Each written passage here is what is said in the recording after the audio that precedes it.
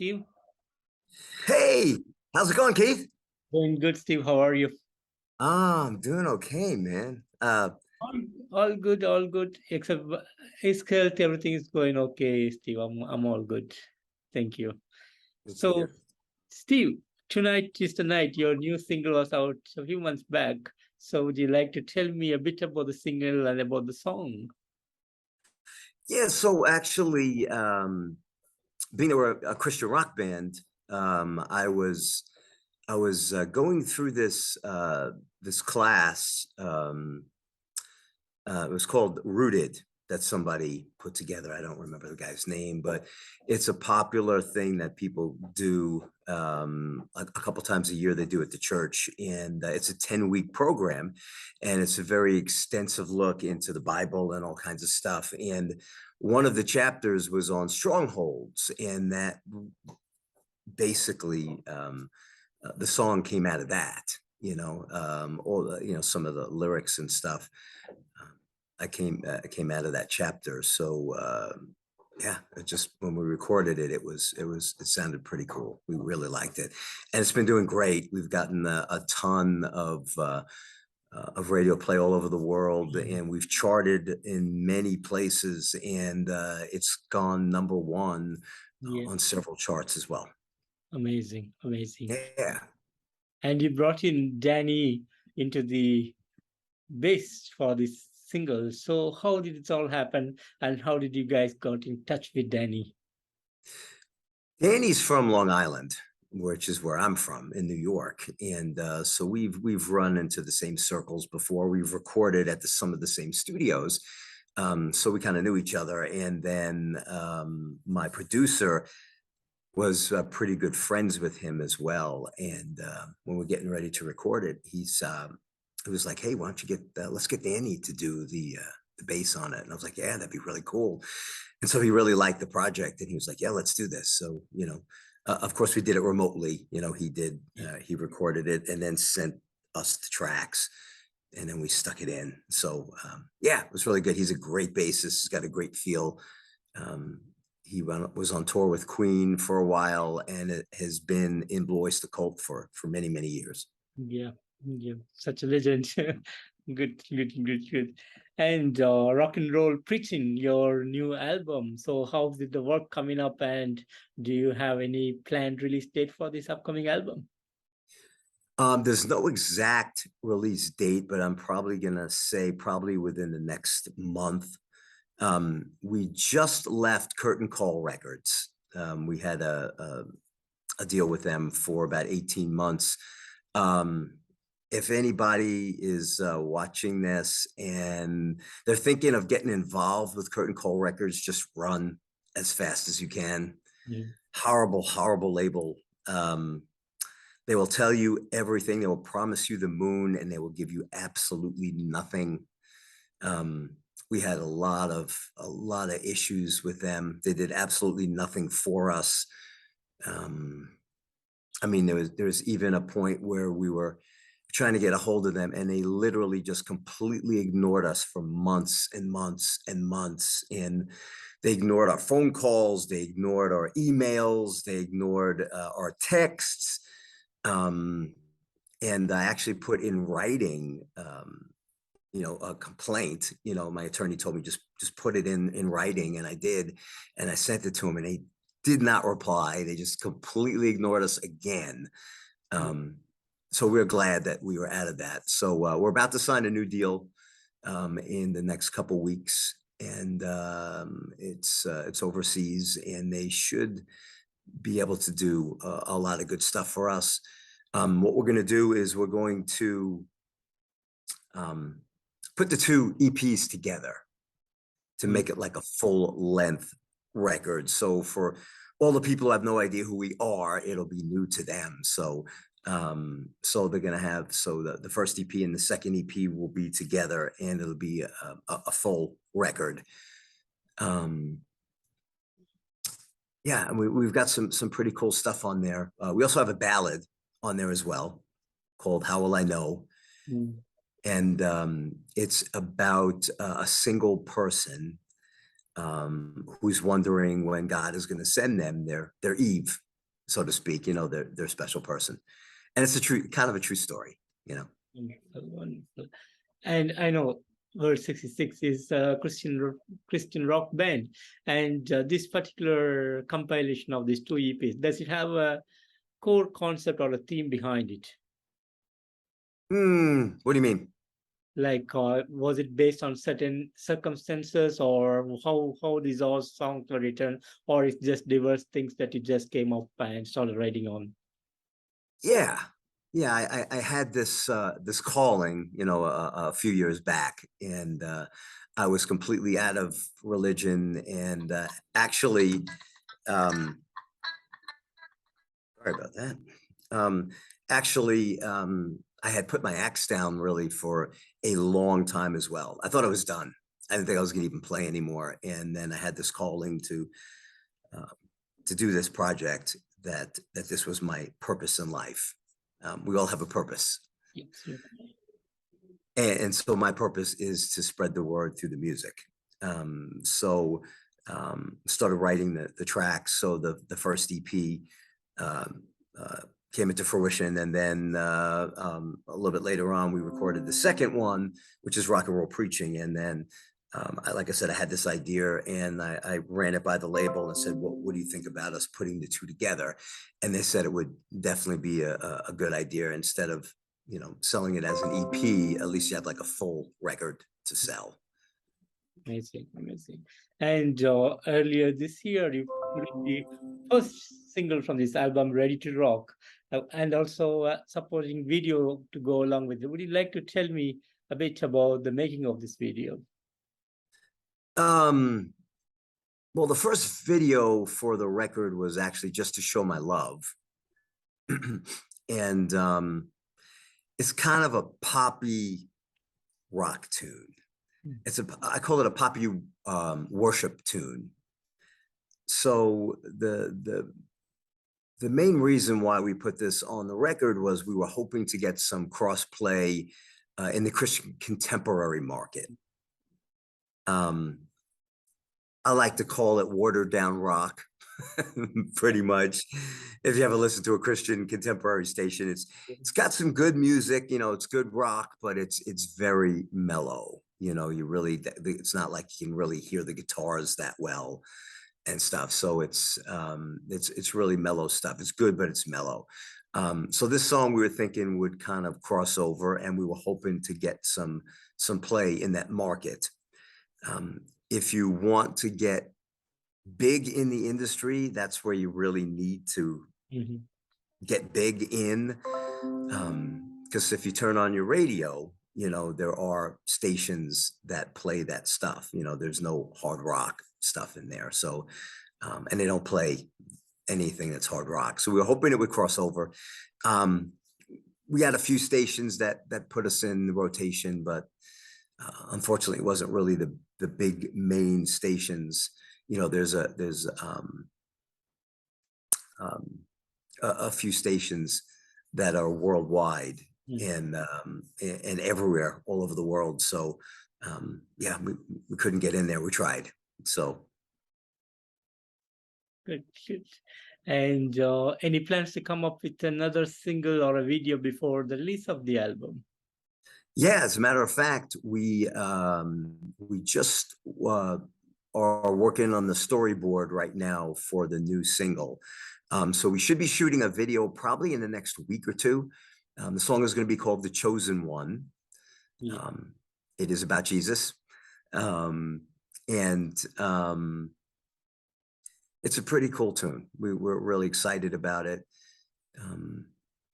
The thing that's really cool about the music that we play as well is that it's crossover into the hard, you know, into the metal world. So I'd have to say that the larger majority of radio play and interest that we have are non-Christian stations.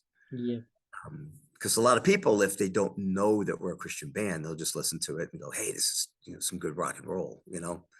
And if they really listen to the lyrics, they might figure it out. But otherwise, you know, we are definitely a Christian rock band. But again, a lot of people don't know that, and a lot of the metal stations and stuff out there are open to what we're doing.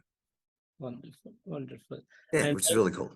yeah, and I know that, like you said, you probably would put up your album next month, but do you have prior plans for the release, something special on the day of the release? Not really. I mean, we want to get out there and promote it as well. You know, so we want to get out there and play some live gigs to help promote it. So hopefully we should be out. Hopefully in the winter time, we'll start touring. Probably going to be short tours. Mhm. I don't really want to get out there and tour my life away. Too old for that, man. I mean, I don't want to be out there for long periods of time. So we'll probably go out for a couple weeks at a time. Like I said, this label is located overseas as well. So we're probably going to definitely play some shows out there as well. So we're looking forward to that. Sounds good. Sounds good. Yeah. Yeah. Sounds good. And I know you started back in 2018, a year before this COVID started. And I know that last 2 years could be a bit hard for making music and doing a lot of stuff. But how do you feel the road that you traveled so far? You know, the COVID thing, you know, we put the record out just around that time. So it gave me a lot of time to all the promotions pretty much for this record where we are now is due to my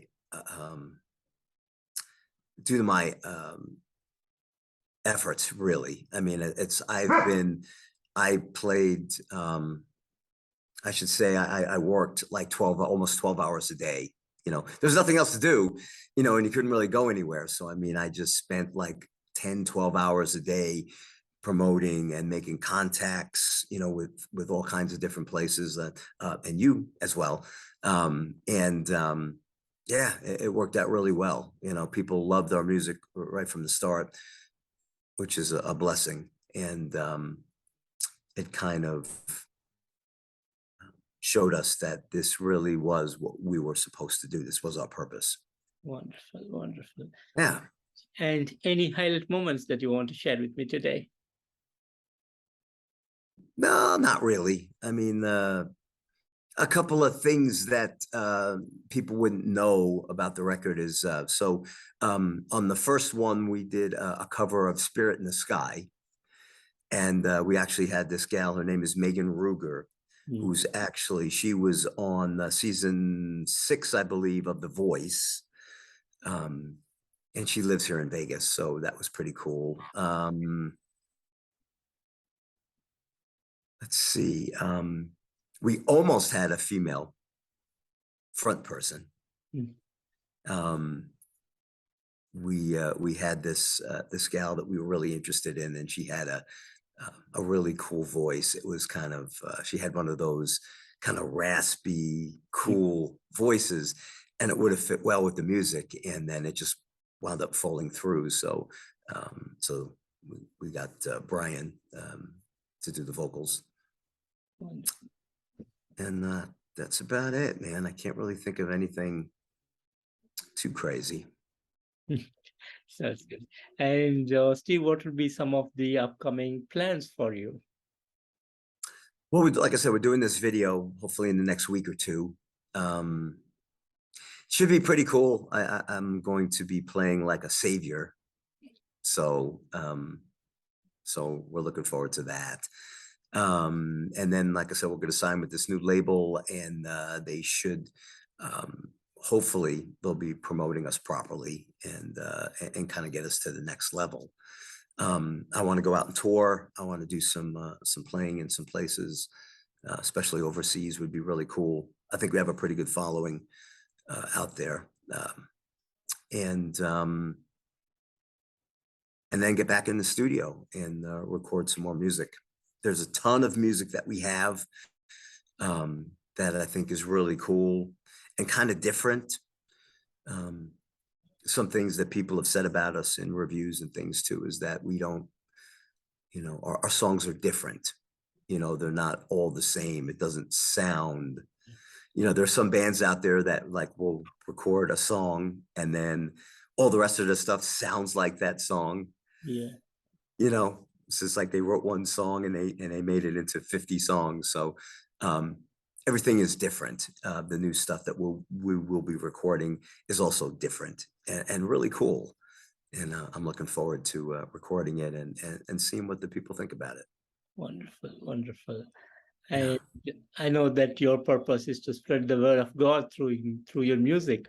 But in the future, do you plan to take the praise and worship into a church, or probably something you want to do it on your own?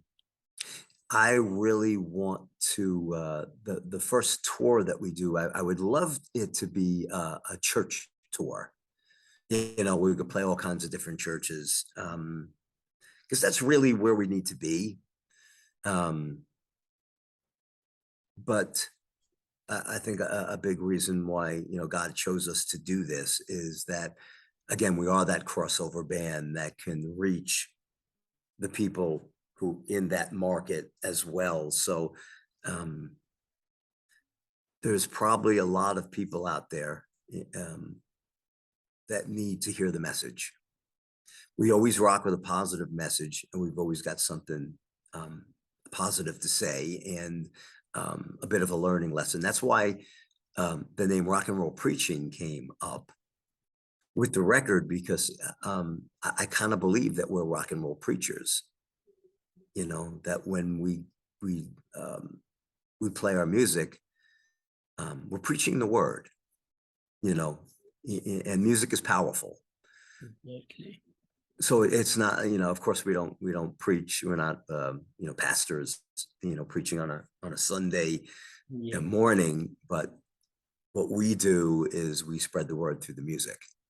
Absolutely. So yeah, so we're hoping to do a whole bunch of church dates as well, mixed in with dates with some other rockers as well. Wonderful, wonderful. And has your music been played or sung by any of the church choirs in any church that you ever heard from? No, not that I know of. You know, no, I don't know if we're at that level yet. You know, I was thinking that I don't really like to do covers, but you know, we did that cover of Spirit in the Sky, and then um, thinking we might do a gospel song and turn it into rock, maybe something like Amazing Grace Yeah.